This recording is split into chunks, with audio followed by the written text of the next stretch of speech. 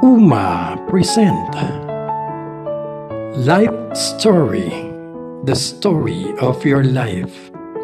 Ang programang binuo ng pag-ibig, pagmamahal at pagkalinga.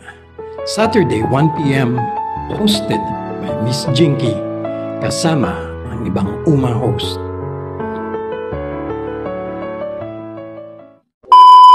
Expected na nadadami yung followers ko. Hindi ko expected na tatangkilikin ang isang Uncle Trike. Diba? And then, last year din, doon ako nagsimula mag-live. And then, ang dami kong karanasan regarding about sa pagla-live. Kasi andun na yung tipong, yes, ang dami kong viewers and everything.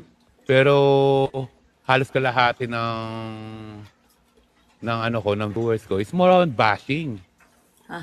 Yung karamihan is puro pambabash lang ang alam. And then yung karamihan is more on puro lang yung sinasabi. Kumbaga parang walang kapararakan or walang kabuluhan yung mga sinasabi. And then, okay lang. Kasi tulad nga ng sinabi ko even dati pa, matagal ko nang nayakap yung sarili ko. Matagal ko na...